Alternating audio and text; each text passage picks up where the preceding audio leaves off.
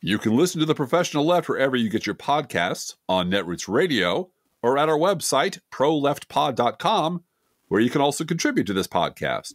There is a PayPal button at our website, or you can mail us a letter and or contribution at P.O. Box 9133, Springfield, Illinois, 62791. This is the podcast for the week of September 13th, 2024. It's not safe for work. Recorded live from the Cornfield Resistance, where the former high school debater in me cries out for justice. It's The Professional Left with Driftglass and Blue Gal.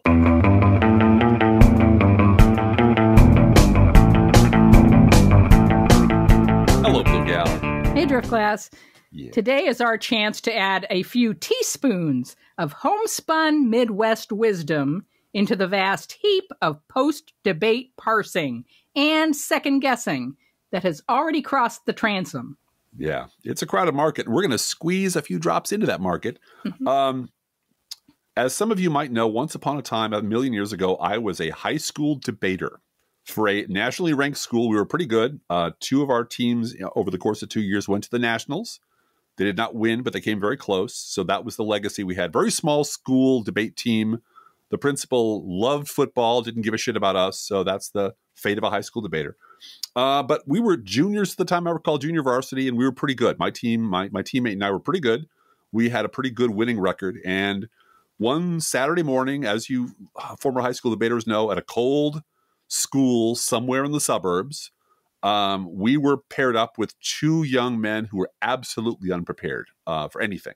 They'd clearly been suited up by their school to like fill out the roster or to keep from being bounced from the tournament for incomplete representation or whatever the hell it was. But these young men had no idea what they were doing at all. They didn't know how to question things. They weren't sure of the order of things. Cross-examination was them facing us and sort of like, so what's this about immigration and stuff? And a little while into the debate, the judge invoked kind of a debate mercy rule.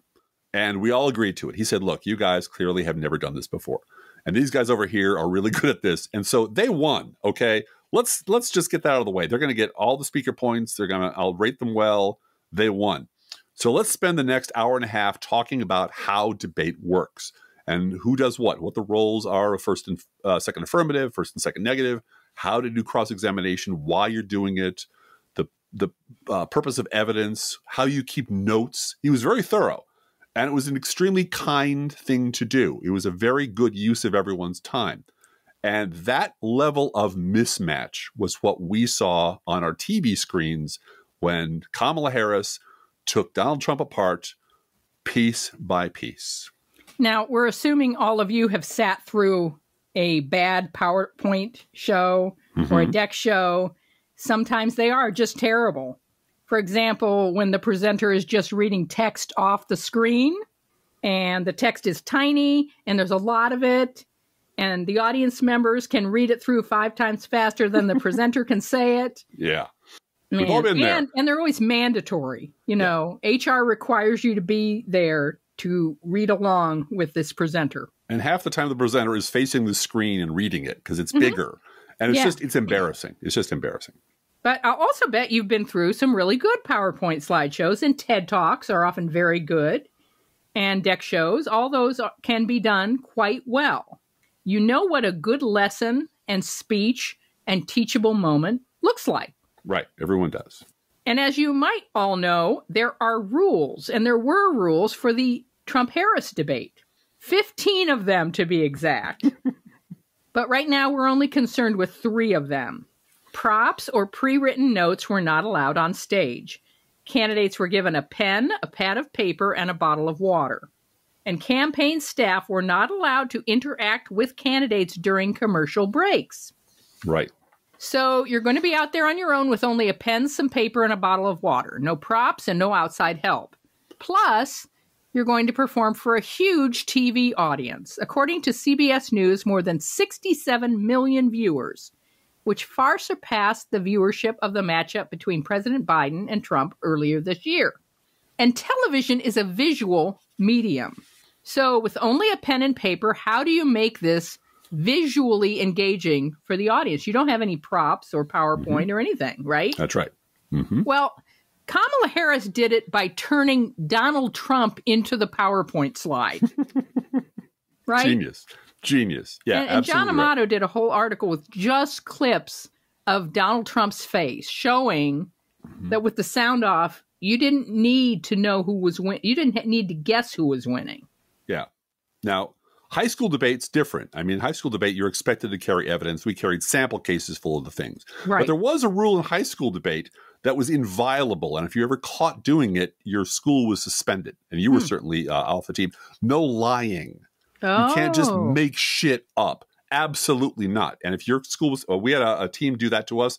They knocked one of our teams out of quarterfinals, kept them from going to nationals by cheating. It was found out later that school was suspended, and I believe somebody lost a scholarship due to it. So pretty harsh penalties. There are, of course, no penalties for lying for Donald Trump in a debate because that's what he does all the time. Now, the most basic rule of public speaking is, and I'm sure you've all heard this like a million times, you tell people what you're going to tell them, and then you tell them, and then you tell them what you told them. That should be tattooed on every public speaker's top line. That's how you do things. And that is exactly what Kamala Harris did, using Donald Trump as her visual aid. Now, Vice President Harris opened her remarks with, quote, "But I'm going to tell you all, in this debate tonight, you're going to hear the same old tired playbook, a bunch of lies, grievances, and name-calling," unquote. So, tell them what you're going to tell them. A few minutes later, quote, "Well, as I said, you're going to hear a bunch of lies, and that's not actually a surprising fact. Let's understand how we got here," unquote. When Trump got to lying about defunding the police, she silently mouthed so the camera could see her, "That's not true." And then she called it a lie, which made Trump very unhappy. And when it came to guns, this is her quote, "We're not taking anybody's guns, so stop with the continuous lying about this stuff," unquote. And towards the end, as we're winding down a little bit, quote, "Yet again, I said at the beginning of this debate, you're going to hear a bunch of lies coming from this fella, and that is another one," unquote. And then there was this, quote, "This is the same individual who spread birther lies about the first black president of the United States. And I think the American people want better than that," unquote. No fair remembering stuff, Kamala Harris. You're not supposed to do that. You're not supposed to remember stuff before 2016. Again, violating the rules of the debate. Honestly. It was masterful. Where are those investigators he sent to Hawaii who are finding amazing things? Amazing things. Well, they're investigating Tim Walz, I think. Finding amazing things. The second way Kamala Harris turned Trump into a prop was telling the audience how easily Trump can be baited and manipulated. And then, over and over again, baiting him and manipulating him as, a proof of concept. See how easy this is? See how easy this is? I told you about that. I told you this about that guy. Now, the third way Kamala Harris turned Trump into a prop was purely visual. In the indignant, bemused, and almost pitying expression on her face when she reacted to this rambling, unhinged old lunatic spouting nonsense. You could turn, as I said, you could turn the sound off and understand exactly what was going on. When she called him he called her a Marxist. Marxist. Everyone knows. Everyone knows she's a Marxist. And then said her father was a Marxist economist. Right. Which automatically means you're a Marxist because you study Marxist economics. Because you're not one of those Wharton professors that agree with me, right? Yeah. That means you must automatically be a Marxist, right? Well, and that's a word that his, brain dead zombie followers understand. Yeah. They clap like seals. Oh, Marxist. He said Marxist. Yeah, that's my guy. Marxist bad. That's my guy. Marxist bad. Yes. It's not a philosophy that you might study in college. No. Right. No. And she really landed the first punch, and it knocked him off balance for the rest of the night. When she just crossed the stage and demanded that he shake her hand. Wasn't expecting that, freaked him out. And then she invited people to attend a Trump rally. No, come on down. Come on down to the Trump rally and see how tired and sad and boring they were. And we all watched as he not only took the bait, but he swallowed the entire hook and the entire pocket fisherman along with it. Gone. Vice President Harris also mentioned that not just any economists, but economists at Wharton, Donald Trump's alma mater, think his tariff plan is ridiculous. And that set him off. And from then on, pretty much the entire debate, he was helpless. He couldn't get out of his own way. He couldn't stop lying. He was trapped in this cage of his own lies and bullshit. And Harris just pounded him at will. And nearly every shot she took knocked him flat to the mat every time. It was just, if it was a fight, as they say, they would have stopped it. Yep. Now, it's hard to pick a best moment, but Kamala Harris talking about women's rights and abortion and the effects of the Trump abortion bans and saying nobody wants this. Right. He was arguing that everybody wanted Roe v. Wade every gone. Person. Every Nobody scholar, every person. Out in a car in the parking lot of a hospital. Nobody wants that. And the woman's husband doesn't want that either. And that was probably the high point for her of the debate. It's important as a reminder, everybody, and I've been making this point on social media, that Roe v. Wade, let's go back for a second to Roe v. Wade. Yeah. It prohibits abortion in the third trimester, except in cases to save the life of the mother. So all this bullshit about late-term abortion, abortion after birth, and Trump repealed all of that by putting 3 people on the court who would repeal Roe v. Wade. And I've said this to several people, and they're kind of astonished at it. Roe v. Wade is essentially a 12-week abortion ban. When you look at it as to what are the actual restrictions on abortion, there are no restrictions for the first trimester. That's right. It has right to privacy. The pregnancy is not viable. The courts and the state have no interest in protecting an unviable fetus. Then you get into the 12 to 24 week period where, there's complications in the pregnancy. The woman's life or health is endangered. It's rape or incest. There are situations where, the state's rights to protect the unborn are mitigated by the woman's circumstances. Right. And then third trimester, unless she's dying, forget it. It is banned. Yeah. So that's Roe v. Wade. And it just astonishes me that we don't talk more about that. I realize that's getting into the weeds for a lot of people, but I just said that in 3 minutes. you know? It's not hard. My wife's very smart, but it's not hard. Oh, no, there's also the matter of the fact-checking. This was a moment when the moderator intervened and said there's no state in this country where it's legal to kill a child, to kill a baby. Right. And the fact that the entire conservative media and the right wing completely lost their shit over this is such a grotesque confession. Yeah. That we have the right to lie our ass off all the time and never be called baby killers. Right. Never be called on it. That's the our whole right. point of our party. I mean, I was in model legislature in 1980, 81. The whole point of the Republican students, high school students who were raised in Republican households was Democrats are baby killers. They're all baby killers. Everyone is a baby killer. Period. And you have to be free to lie your ass off as a Republican, or else you have nothing. You have literally nothing. See, the idea that someone's going to intervene and tell them that you're lying is a violation of a right that they hold above the actual Constitution. The right to lie, the right for Trump to lie all the time and never have any consequences and never have anyone challenge him on it. They felt horrified by that. Anyway, I'm sorry I interrupted. No, that's fine. That's fine.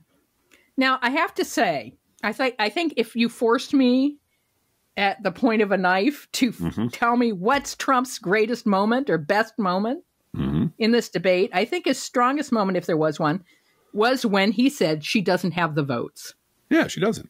She doesn't have the votes to overturn Roe, and it'll never get through the Senate. So this idea that she's going to sign something to reinstate Roe, which she says, if they put it on my desk, I will sign it. That was always her caveat. That's the condition, right? But look, thanks, Donald Trump, for reminding all of us to elect Democratic senators and House members. P.S. The Harris campaign has transferred $75 million to down-ballot Democrats. Jesus. Hello? Because she's got it. That's J.B. Pritzker money there. That's getting into J.B. Pritzker money right there. God bless him. God bless their hearts. Yeah. Also, when Trump cornered himself with his own Obamacare lies, you and I just had it, right? I mean, come on. He ended up admitting that he had a concept of a plan for health care. And she just wailed away on him. Now, that was personally very rewarding, given our own history with the Affordable Care Act. Yeah. And the fact that Republicans have tried to take it away from us 60 times. Yep. And, none other than Liz Cheney partied in the Rose Garden with Donald Trump when it passed the House. Fun fact, within 2 hours of the debate, concept of a plan coffee mugs and T-shirts were available on Etsy. So, in lieu of a $5 donation, if you'd like to send us a concept of a plan T-shirt and a coffee mug, we have enough coffee mugs. Good God. I'd be willing to swap out an old Up with Chris Hayes coffee mug for that one. So I think that one sort of outlived its usefulness. Yeah, but I might be getting that for Christmas presents for the family. Oh, that's so funny. A couple things I want to add to this. One is that whole concept of a plan really defined Trump's physical and mental decline. I went and pulled up a clip that I've used many, many times. Trump in Florida in the fall of 2016. Before the election. Before the election, promising that on day one of his administration, he was going to demand that the Congress put on his desk a beautiful health care plan. Beautiful. That would be perfect in terms of accessibility, affordability, and it would be a fraction of the cost of that horrible Obamacare. That's right. That's why he could repeal it. That's right.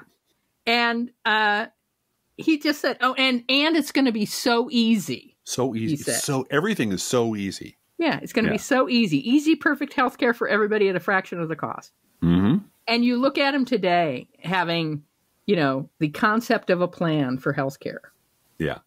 And he just knows there's no way to vote out the Affordable Care Act anymore. No one wants to touch it because everyone it loses elections for you. 41 seats in the House in 2018. And this is what Bill Kristol warned about back when he was, a violent opponent of the Affordable Care Act. And it was the idea that, like Social Security, Medicare, Medicaid, if this thing becomes law, and people get used to it, we'll never be rid of it.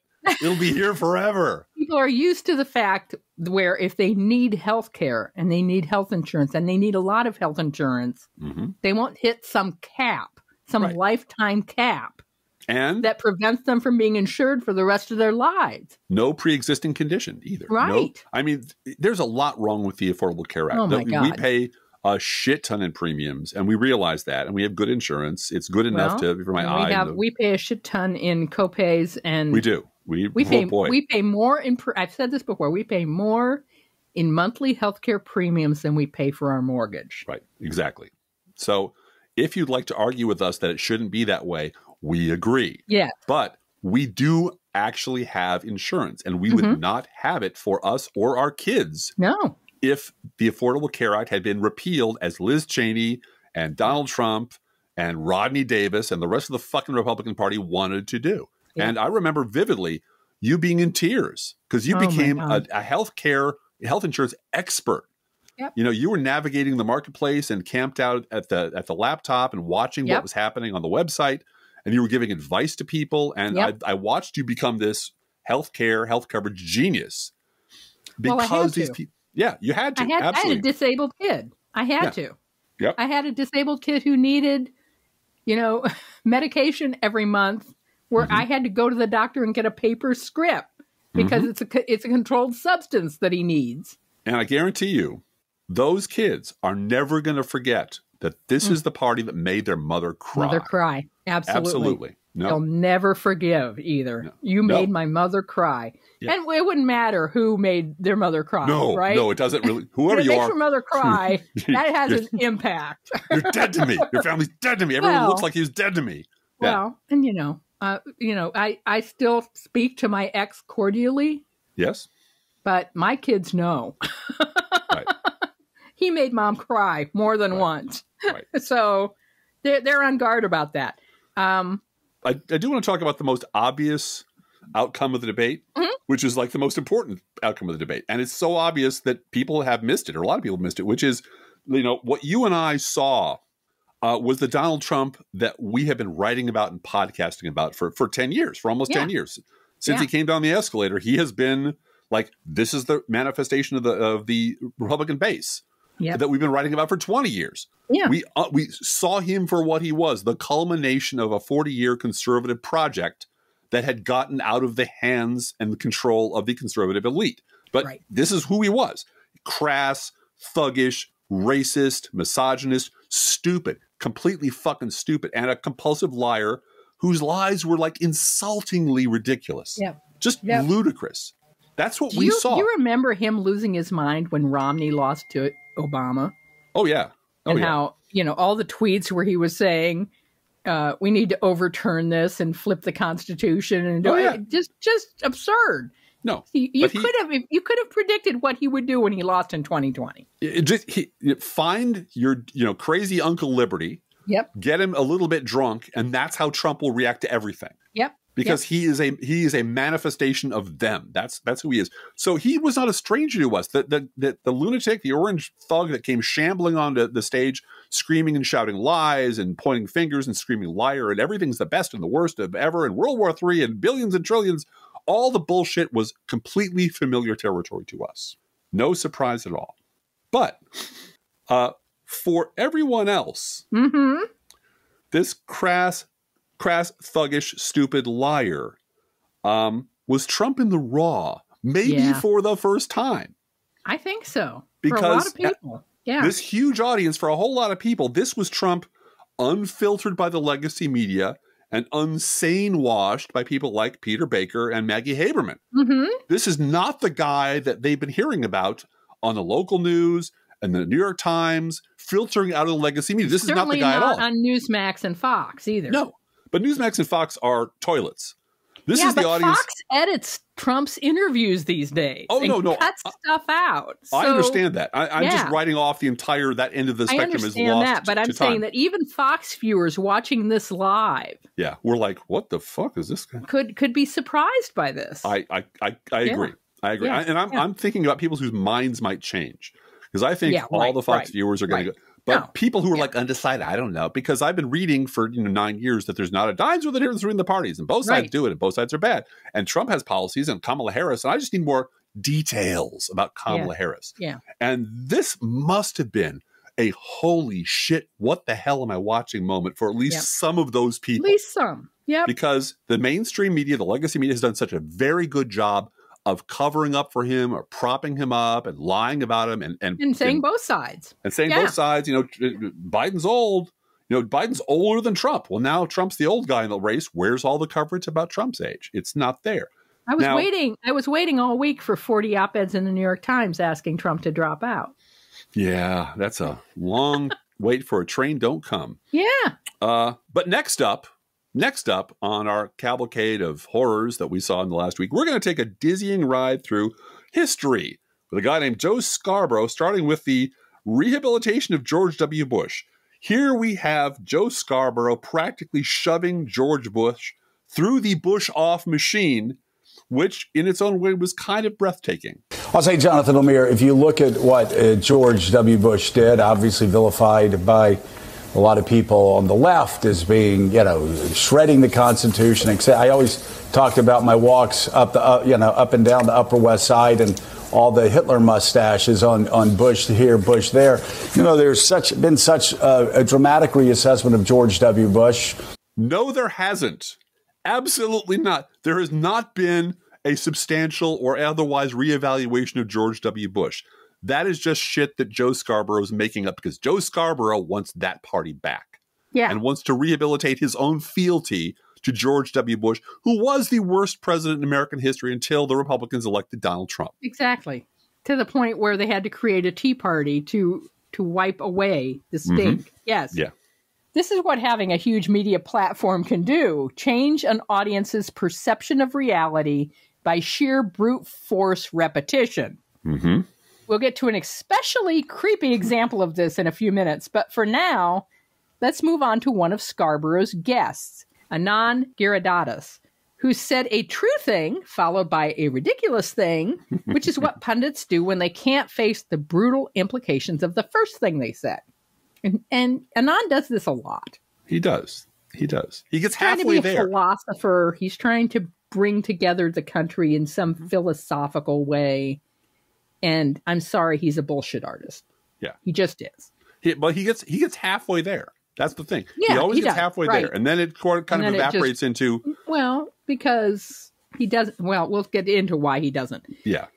The true thing, and we are paraphrasing here, but the true thing was that however brilliantly the Harris campaign has performed, however completely she crushed Trump on the debate stage, however deranged Trump is on a daily basis, this is still a country where roughly half the people, maybe 80 million voters, get up in the morning, look at all of Trump's ugliness and say, yeah, that's my guy. They flirt with fascism, they're done with democracy, and they openly want a white nationalist, authoritarian dictator. So far, so good. Right. We understand that. No notes. Absolutely. Yeah, right. And whether Harris wins or not, the day after the election, those 80 million people will still be there, probably furious at being cheated by the rigged system. Mm-hmm. Now, Giridharadas also acknowledges that there are elements in the media that ask clickbait, garbage, and gotcha questions, and she should avoid those. Yeah, no disagreement. Maybe go on some podcasts. Yeah, he said go on some podcasts, but the only podcast he named... We already invited Tim Walz on our podcast. Maybe we should invite Kamala Harris on our podcast. Well, that's a standing invitation. You know, I'm assuming our very good friend Barack Obama, who is, a Springfield native honorarily, has slipped my note to her about, come on down, come on. I have to go to Pittsburgh in October to see my dad. Maybe since I'll be in Pennsylvania, she could meet me at Max's Allegheny Tavern for some potato pancake Reubens. Yeah, one of those other diners that you don't hear so much about. Yeah, you don't hear too much about that, but that's a good diner. Oh, it's a great diner. Yeah. Because tell her that Illinois is right on the razor's edge. It's we don't know which way it's going to go. It's the new swing state. She's going to say, let me get J.B. Pritzker on my phone here. Yeah. No, don't call J.B. Oh, hi, J.B. How you doing? Hi, J.B. How are you? Yeah, we're just talking to I was the lady standing right in the front row at that Union Hall that you spoke at. Yeah. Right. You don't remember me. Yeah, but someone on his staff does. I guarantee someone on his staff does. Now, so Anand did, in fact, say, maybe go on some podcasts, which is, that's great. The only podcast he recommended was the fucking Ezra Klein show. When you said that, I couldn't believe it. Yeah. I couldn't. Ezra Klein, the one who wanted an open convention. Yes. Get rid of Kamala. Yeah. Yeah. So come on, man. Come on. Quintessential New York white guy. Right. You're going to the leading candidate for president of the United States is who he deliberately insulted. Right. Doesn't deserve the time of day. Isn't worthy to clean her shoes. Sorry. No. Going to sit down with the New York Times version of Thoughts for Your Thoughts. I'm Mercer Louisville. From Parks and Rec. Right. So, 2-hour talk with Ezra Klein that will not be listened to by any of the people that she is trying to reach out to. Right. So, and who does not deserve an interview with her. No. Yes. So in any way. How about going on, if you're going to go on a podcast, someone, west of the Hudson River, who doesn't work for the Schulzberger family, who isn't a New York Times employee. And I don't mind if the Harris campaign says you're too white. Absolutely not. Because we are. Talk to Elie Mystal. We probably are too white to talk to her. I mean, that's fine. Elie Mystal lives in New York. Talk to him. Go on with an hour for him. That would be a good interview. That would be a sharp. Now, she probably doesn't want to hear some of the questions he would ask about the justice system, but that would be a good interview. That would be great. Ripping and reading on the American justice system between two very smart attorneys would be an awesome conversation.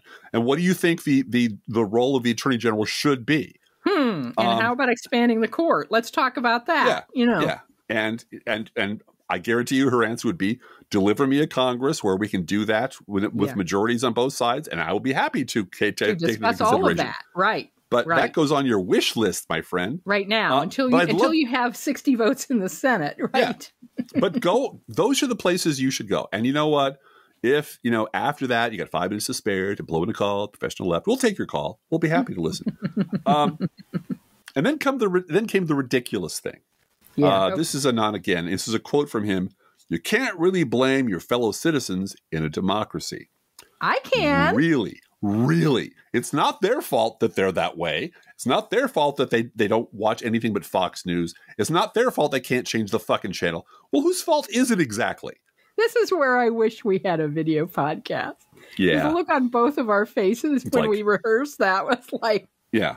Are you shitting me right now? Did you really say that? Did you? Because I get the impulse.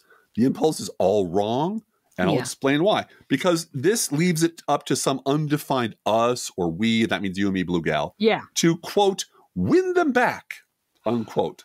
Once again, the right is absolved of the basic duties of citizenship in this country, basic responsibility for being a grown-up adult person. They're free to wreck the place because now they know for certain that eventually Democrats will clean up their mess, which they've done already with the Clinton administration, the Obama administration, and presumably the Biden and now the Harris administration. Clean up their fucking messes. And even as those same GOP zombies elect lunatics, and they slander and sabotage the Democrats and gear up for the next bout of destruction. That's their pattern. Again, we're going back to a quote from Anand. Quote, writing off is for your taxes, not your neighbors. All right, I have to interrupt you here for a minute. Sure. Because when I read that and I hear that it's my responsibility to win over people who elected representatives to take away my health insurance 60 times. Right. And it's my job to win them back into the national fold of conversation and reasonableness. That's fucking abusive. That's not just let's be calm and rational and discuss these things. You're telling a person, and I'm speaking just for myself, but I know this is true, of a great many reasonable people, not independents and Democrat, people call themselves independents and Democrat, who I could barely watch the debate on Tuesday night because I'm so beaten down by Donald Trump. Yeah. I'm just exhausted by him. And I did postcards to voters in the dining room, and I can see the TV from where I'm sitting, but I physically and mentally cushioned and distanced myself from that because he doesn't have a right to be there on that stage. Right. He is disqualified on so many levels, in so many ways. And the fact that the media and people like Anand have decided that it's my job to bring back into the fold bigots and imbeciles. Right. And I'm white, and I'm well educated, and I'm upper middle class, and I have all kinds of resources, educational and intellectual, and some financial, I would say. Certainly in terms of, I mean, I'm not by any means wealthy, but I know how to ask for extra time to pay off a loan. I know how to go to the bank. I have those resources within me to look for home heating assistance and so forth. I mean, my whole single motherhood time was managing to sit in this very stinky food stamp office and make sure I had Medicaid and I had food stamps. And when I went there, I told you this story. I have a folder full of all the paperwork, including my kids' birth certificates. And the civil service worker for the state of Illinois sitting there looks through all this and approves me right away. And I say, I hope every other client you have today is as easy as I am. And they just look at me like, are you fucking kidding me? Yeah, no. But I come prepared. Right. And so I have all these resources. I can't imagine this MSNBC Morning Joe commenter with the expensive hairdo looking out at an audience of elderly Black women and saying, we really need to come together as a country, and it's your responsibility to bring these fascists and these people who have a choice, who, have you said many times, Driftglass, can change the fucking channel away from Fox and Newsmax. They certainly can. And they don't do it because they're in a cult. Yeah. And they like it there. That's the point. They're masturbating to white nationalism every day, and it makes them feel good. So when I hear this, I know it's supposed to sound philosophical and like he's being the grand unifier of a country and trying to create some sort of generational project for all of us to work toward the United States of America. Like you said, Purple America. We survived the Obama administration where they tried to impeach him, where they tried to find reasons to make sure to ensure that he wasn't a legitimate president. They made up reasons. Trump pretended to send investigators to Hawaii and lied to people about that. And then they nominated and elected Trump. And elected him president of the fucking United States. Yeah. And now it's my job. Fuck you. Well, fuck you for saying that, because it is not my job to take my abuser and all of the people that cheered for him as he was abusing me and try to unite this country. End rant. No. Well, once upon a time, back when I was doing manufacturing, we had guests from Germany. And we were all sitting down over drinks at a restaurant talking about that stuff. And the subject was the Bush administration. The subject of fascism came up. And the fact that George Bush and the Bush administration, especially Cheney, stank of that kind of unitary executive idea. Right. And it was, and they're nice people, and they're from Germany. And Germany's having their own issues today with electing far right assholes. Yeah. Well, and we put the question to him. Actually, my friend did, because I thought they would be a little touchy. So, how did you all cope with white nationalists in Germany? And they looked at each other and looked at him, and they basically said, World War II. Yeah. We had to kill a lot of Nazis, and then you had to rewrite the Constitution, and then we had to outlaw their fucking party. Right. And we had to keep at it and at it and at it because this is a fucking weed that will never die. Right. Now, is Anand, because he imagines this gargantuan project machine that will be invented by, assume, the left, that will be able to overwhelm Fox News, will be able to sort of smash Newsmax, recover all these broken people over the course of 30 years and bring them back to the party. That's not how authoritarian regimes end at all. It is not.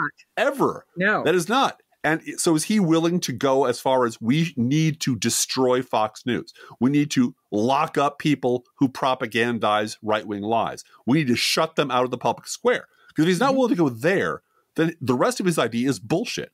Or do you know any trillionaires who will finance a bigger megaphone than Fox News that can shout them into extinction?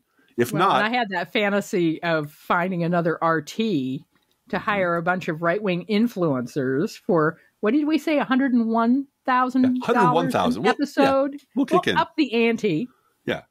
And those influencers will start talking about NFL football or college football or baseball or NASCAR or country music. That's great. And make that. Your passion is going to be something other than governing the United States. Yeah. Pick another hobby. Right. Because the hobby that you have of Trump and using Republican politics and blackmailing the entire party into supporting this fascist, which is it's all about the money,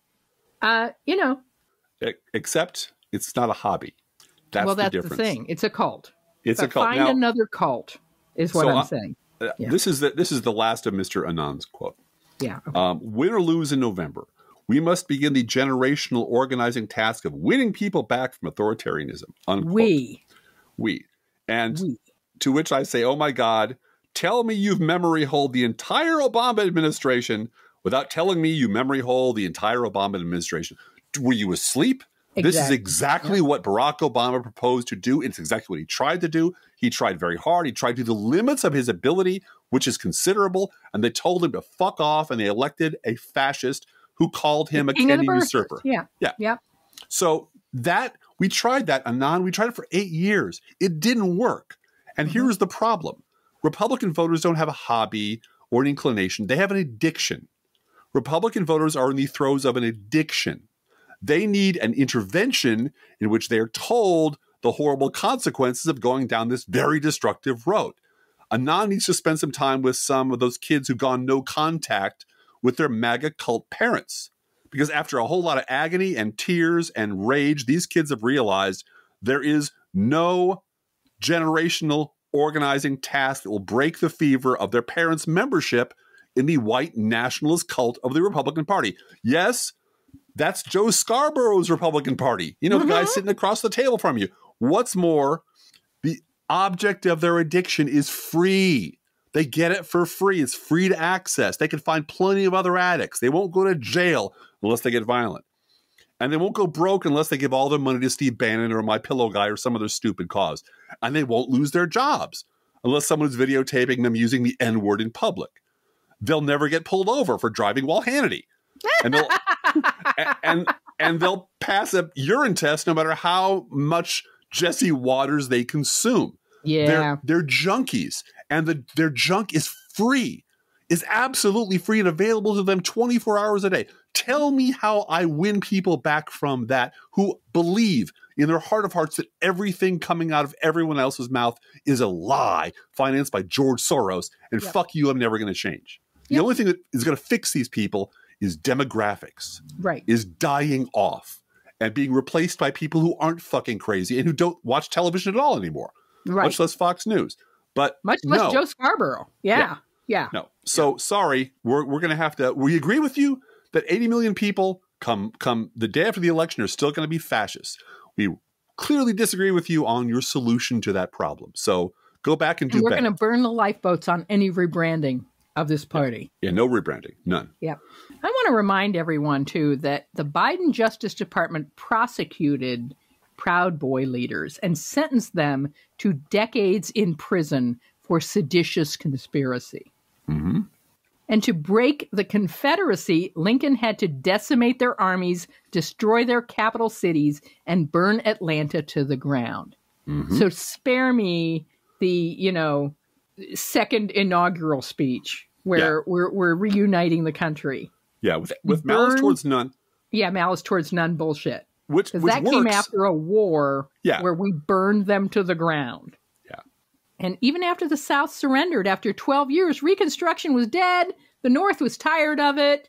And they went right back to their old ways under new labels. Yeah. Yeah. They didn't stop. They just did. They just did because that was their belief. As long as no one was there, a Union bayonet wasn't there to stop them. Exactly. They were going to hang black people. Another post-debate highlight. I need to calm down now. Take a breath. Take a breath. Everything's fine. Watching the legacy media scramble to forget all the horrible things they'd said and written about Kamala Harris. Oh. Because all of a sudden she really is presidential. Yeah. And she cleaned their clocks too. She did. And I went spelunking through my own archives to see if I could come up with a few examples of prominent members of the media doing this shit. And it wasn't that hard. So I will spare you the dozens I found and just go to a few of the highlights. This is Brett Stevens. You know him from the New York Times, right? December of 2023. Quote, how about putting out a good word for Dean Phillips, the Minnesota representative challenging Biden? Huh? What about that? Or at least urging the Biden team to lose Kamala Harris in favor of a VP pick more Americans feel confident about as a potential president, like Lloyd Austin, the defense secretary, unquote. Yeah, can't have Kamala on the ticket or you'll lose. This is Brett Stevens again in July of 2024, about 6 months later. Quote, Democrats could still have an opportunity to reset the whole race, bring the excitement over to their side, and at least have a chance to avoid what looked like certain doom in November. At least if they don't make the mistake of simply accepting a Harris nomination as a fait accompli, unquote. This is also Brett Stevens, I believe, in the same article. Quote, Harris is an even weaker candidate than Biden. Not that I'll vote for Trump, but I don't think I can vote for her, unquote. Fuck you, Brett. Fuck you with Brett. A steam hammer. Her name is going to be Madam President. You asshole. Spit, walk around the house 3 times. We'll do that after the show. Spit, walk out in the snow. This is Peggy Noonan. Don't know if she's drunk or not, but she did say in January of 2024, quote, Joe Biden is no longer up to the job and the vice president never was, unquote. Hick. Yeah. This is Charlie Sykes. Ever heard of him? Our stalwart, never Trump ally in the Bulwark in February of this very year, 2024, letting a Republican pollster named Whit Ayers run his mouth I read the entire thing. Almost everything this goof said turned out to be dead wrong. But this really stuck out. Quote, on two baked-in vulnerabilities of the Biden campaign. Biden has got two huge vulnerabilities, in addition to blah, blah, blah, blah, blah, blah, too old to serve effectively, blah, blah, blah. Second paragraph. The second vulnerability is that virtually no one in either party thinks that Kamala Harris is ready for prime time. The White House is fond of saying, well, a lot can change in the course of 8 months. Well, that's true, but that won't change. What won't change is Joe Biden's not going to get any younger, any more physically vigorous, or any sharper mentally, and Kamala Harris is not going to get any more ready to be president of the United States, unquote. I hope you all took note of how offhandedly Ayers states categorically that virtually no one in either party thinks that Kamala Harris is ready for prime time, and how very, very eager Charlie Sykes was to quote him approvingly. Plus, I don't know if you remember this, Blue Gal, but we did a whole No Fair Remembering Stuff episode back in May of 2023. It was called No Fair Remembering Vice Presidents. We talked about this weird belief that somehow Kamala Harris isn't doing something as vice president, which runs counter to nearly every other vice president in history of the United States. Yep. And we'll include a link to that if you want to have a little more podcast goodness in your life. Again, the story here is the power that legacy media has to manufacture a beltway consensus out of nothing. Yep. And then change an audience perception of that reality by sheer repetition. Well, I hear all these people saying that Kamala Harris isn't qualified. Right. I don't know anything about her or see her on television, so it must be true because Charlie fucking Sykes says it. And, you know, Brett Stevens says it too. Peggy and Peggy Noonan. I read Peggy Noonan said the same thing. Yeah. I heard she's completely incompetent and can't get 3 words out of her mouth. You mean Peggy Noonan? Sure. Yeah. I believe that about Peggy Noonan. Yeah. Fortunately, Lawrence O'Donnell also remembers the legacy media's Harris pile-on and clearly enjoyed smacking them around for their collective dismissal of Kamala Harris as an incompetent lightweight. And here he is. And so, the 3 full years of stupid press coverage of Kamala Harris has finally come to an end. After 3 years of Washington reporters churning over the question of what's wrong with Kamala Harris, last night they finally got their answer. Nothing. Nothing's wrong with Kamala Harris. Nothing ever was. They didn't think she could do this. Here's just a sample of headlines covering the vice presidency of Kamala Harris. The BBC, Kamala Harris, 1 year. Where did it go wrong for her? The Washington Post, a Kamala Harris staff exodus reignites questions about her leadership style and her future ambitions. The New York Times, Kamala Harris is trying to define her vice presidency. Even her allies are tired of waiting. This headline from Politico, not a healthy environment. Kamala Harris office rife with dissent. And the biggest, longest article of all from The Atlantic, the Kamala Harris problem. Few people seem to think she's ready to be president. Why? Why? Maybe because the Washington news media had been doing everything it possibly could to deliver the message that Kamala Harris was not ready for the presidency for 3 full years. By the way, Joe Biden himself laid down the law in the White House mere months after being inaugurated. In assuming the vice presidency, Kamala Harris needed some time to adjust to the job. And more importantly, her staff needed to decide if they wanted the 24/7, 365 commitment that being in the vice president's office demanded. And some of them decided that they didn't, and there was turnover. Mm-hmm. And it's not the same as being on a Senate staff. That's something that Lawrence O'Donnell definitely knows. The other person who knows a lot about the pressures of jumping into the vice presidency from the Senate is Joe Biden. Yeah. According to the Washington Post, quote, in the summer of 2021, Biden summoned his senior staff to the Oval Office and issued a warning.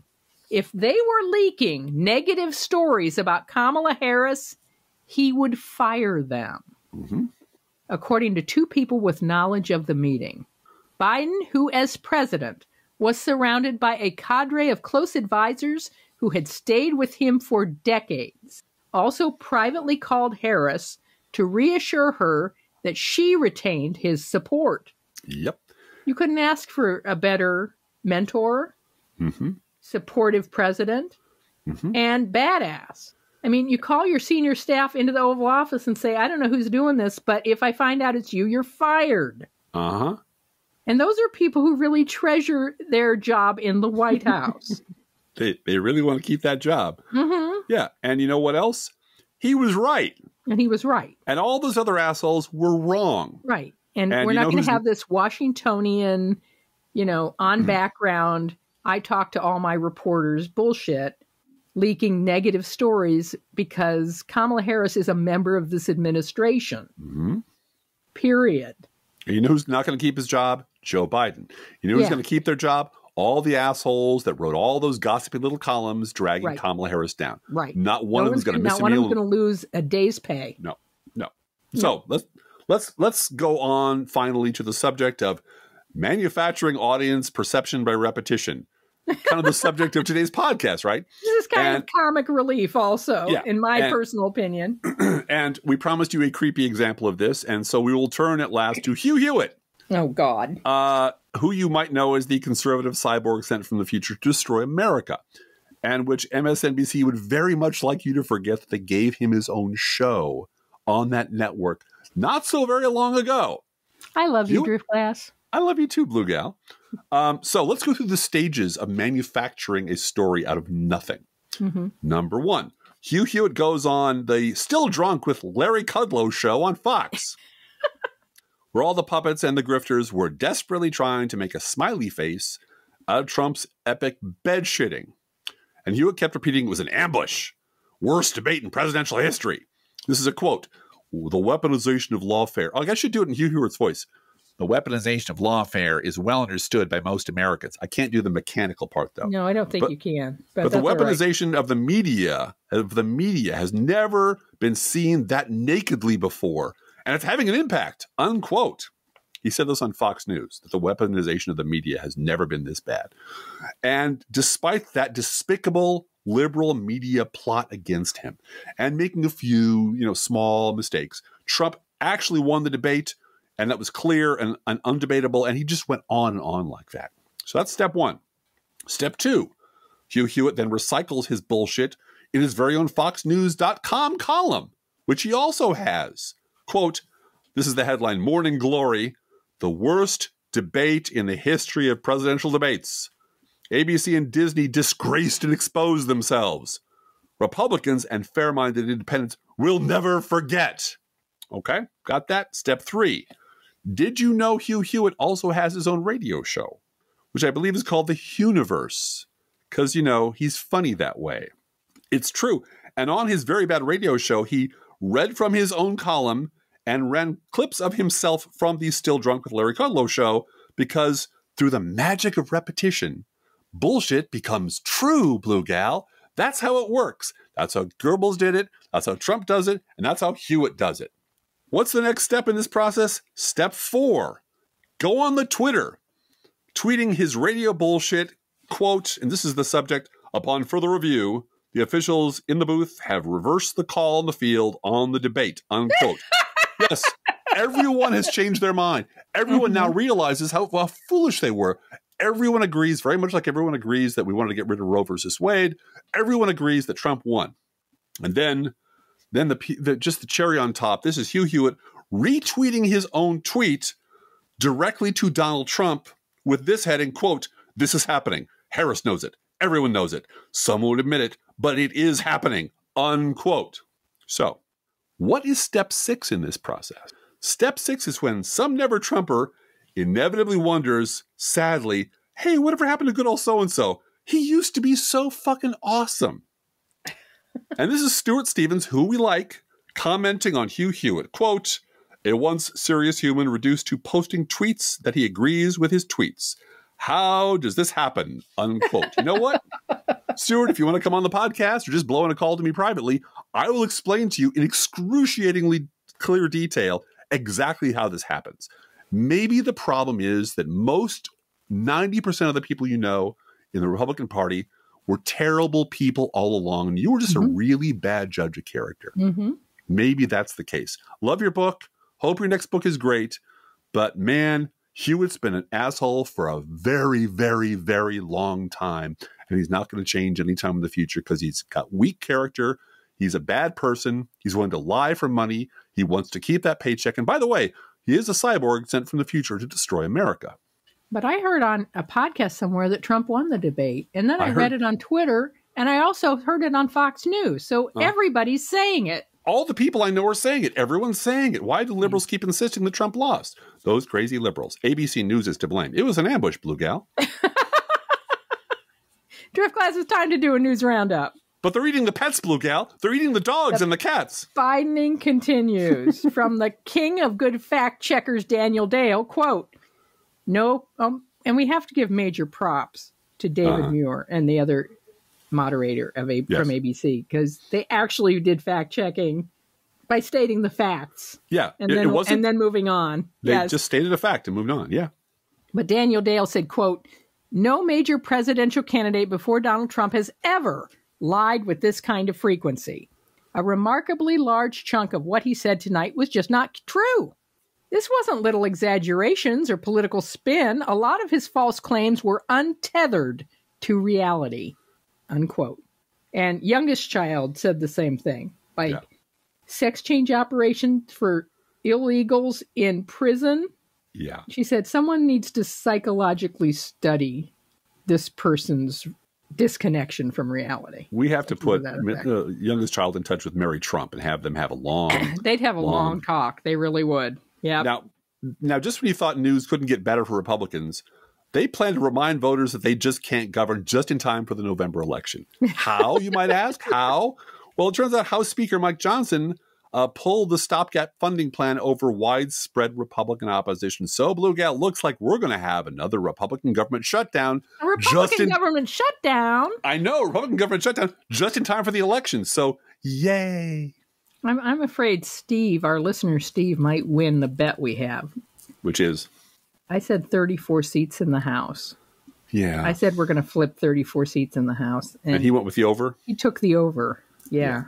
Well, just, they keep shooting their dicks off and asking for more ammunition. So that's all right. We have to just buy Steve breakfast. That's all.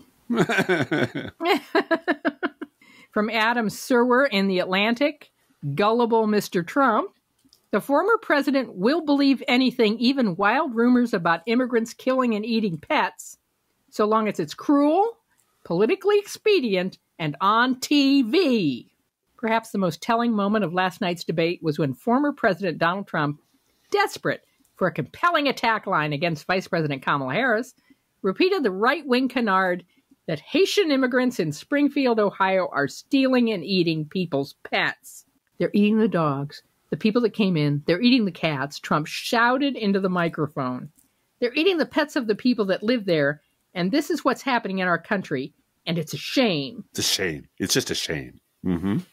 A moderator, ABC News' David Muir, quickly noted that the city manager of Springfield, Ohio, has said that the story is baseless. Uh-huh. A diminished Trump replied, well, I've seen people on television. Jesus, that's what we both laughed. People on television say my dog was taken and used for food. That's when you and I just started laughing and looking. Everyone started laughing. Holy shit. He really is just blown, gone, upstairs, nothing left. Yep.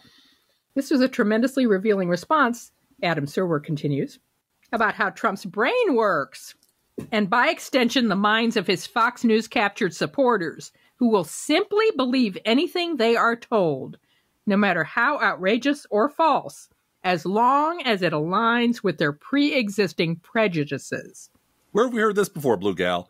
Where have we heard this before? They'll believe anything. On the Professional Left podcast, Drift Class. Yeah, about 830 some episodes. Yeah. Mm-hmm. Trump felt so wounded by the exchange that he went on Fox News this morning to demand that ABC News be shut down for fact-checking him. A reminder that Trump does not believe that Americans should have the legal right to criticize him. Yeah, and that last part from Trump, and this is the actual quote, I think ABC took a big hit last night. To be honest, they are a news organization. They have to be licensed to do it. They ought to take away their license for the way they did that. That madness was retweeted by, yes, the aforementioned Hugh Hewitt, because there's no depths to which Hugh won't sink for a paycheck. Oh, Hugh Hewitt wants a pipeline to the Trump White House. He does. Should that occur. Yeah. He does. Regarding Trump's imaginary health care plan, Scary Lawyer Guy on Twitter X reminds us that Trump tried a stunt when he was president where his press office photocopied a bunch of stuff, stuck it in a thick binder, had one of his flunkies hand it to Leslie Stahl, and that was, what's her name? The press secretary at the time. Mm-hmm. She had a lot of big binders full of crap. She did. And called it his healthcare plan. You'll be shocked to learn it was not, in fact, a healthcare plan. Yeah. Like every other thing that Trump labels, sticks his name on and tries to sell to as a grifter. Yeah. It was empty and it was a lie because that's how he made, that's how he is. This is from the actual German Foreign Office. I had to check. Yes, it's the actual German Foreign Office on the subject of Trump's lies about Germany energy production. Quote, like it or not, Germany's energy system is fully operational with more than 50% renewables. Oh, no. What about all the dead birds, Blue Gal? And we are shutting down, not building, coal and nuclear plants. Coal will be off the grid by 2038 at the latest. P.S. We also don't eat cats and dogs. Unquote. Did they really say that? They really said that. Oh, my gosh. The German Foreign Office is dunking on Donald Trump. Wow. Yeah. Let this from Donald Trump's youthful award, J.D. Vance, sink in. Quote, I don't think many people are going to be influenced by a billionaire celebrity who I think is disconnected from the interests and the problems of most Americans, unquote. Yeah. He thought he was talking about Taylor Swift, but everybody pointed out his remarks reflected the owner of a solid gold condo in Manhattan and also the owner of Twitter X. I swear. If he's not a Pelosi plant, if Operation Tulsi Gabbard and J.D. Vance sleeper cell is a wild success because he just can't open his mouth without sinking the ship. And watching the collective media right, just sink into denial and or just lose their minds over Trump's complete collapse was really kind of hella funny. I mean, this actually made me laugh. This is an example from Jason Chaffetz. I think Donald Trump did far better because he answered the actual questions. Yeah. This is from Speaker Mike Johnson of shutting down the government coming to a Congress near you fame. He says Donald Trump clearly prevailed in the debate. Speaker Mike Johnson doesn't know what the word prevailed means, obviously. Thinks that maybe it's a porn word. I don't know. We're getting great reviews. That was Donald Trump on Fox, a network that actually panned his performance, believe it or not. This is Megyn Kelly just losing her mind. Quote, how many times has she personally insulted him? Unquote. That was a standout. Yeah. Because Megyn Kelly lost her career temporarily because Donald Trump just insulted her. All Donald Trump does is insult people. So her getting angry over Kamala Harris telling the truth about Donald Trump is what a total whore. Absolutely. How many more millions of dollars will it take to shut her up forever? What'll it take? What's the check? What's the amount? I don't think that's it. She's an attention whore and she can't stand not having the camera on her. And she's been yelling lately about they're cutting off body parts of children. Because she's got to have attention at all times. Old people who have alcohol problems and are, derelicts often take their pants off on public transportation for attention. This is her equivalent of that. And that's about how far her mind has gone. And finally, over-caffeinated rodent person Ben Shapiro says, quote, ABC News put the stake through the heart of presidential debates last night. Any Republican who acquiesces to her own forced euthanasia is a fool. Trump should absolutely not accept another debate unless the moderators are approved by both parties, unquote. Sure, let that sit on the table. Let this be Trump's last debate. Ever. Great strategy there, Ben. Couldn't agree with you more. Hey, each week we post an Internet Kitty sent in by you, the listeners, to our Facebook page and website. I am out of town next week, and we will be airing some special and rather exciting episodes for you. So this week we have 2 Internet Kitties who will last us 2 weeks. Their names are Strays and Nimbus, the Cloud Kitties from New Mexico. Aww. They're so sweet. And of course, Strays and Nimbus eat freshly poured pet food, our fake sponsor. Whether you serve pet store perfection or dollar store dreck, your cat will sit on the kitchen floor and demand that the food they eat is only freshly poured. Freshly poured, freshly poured.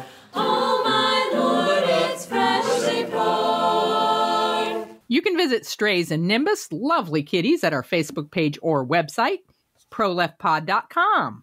And you can send your internet kitty, dog, or other pet to us at our email address, proleftpodcast@gmail.com, where you can also write to both of us. Feel free to write us. We love hearing from you. Be aware that if you write to us at any of our addresses, we reserve the right to read your email or U.S. Postal Service, go, postal unions, letter on the air unless you say otherwise. And please don't forget our gourmet coffee guidelines. If you can afford to buy an espresso-based beverage for yourself, buy one for us. We could really use it. Our throats are very scratchy and sore right now. This is not charity. This is our actual job. If you can spare $5 a month, please spare $5 a month at patreon.com/proleftpod. Please also, if you can, share our show on social media, especially with your friend Kamala Harris, who is cordially invited to this podcast because Anand Giridharadas says you should do podcasts. And if you love this podcast, please get someone else to listen to. And thank you so much for doing that. Hey, Driftglass, how are the internet kitties doing this week? Well, Blue, in the spirit of reaching out to all the MAGA fools who think immigrants are eating cats, the internet kitties would like to invite Trump supporters to take a giant bite out of their ass. Let's think about living. Think about living. Let's think about loving. Think about loving. Let's think about the hooping and the hopping and the popping and the loving, lovey, dovey. Let's forget about the wine and the crying, the shooting and the dying, and the fellow with a switchblade knife. Let's think about living. Let's think about life. The Professional Left podcast is recorded under a Creative Commons license. Copyright 2024-25, GGBG Productions.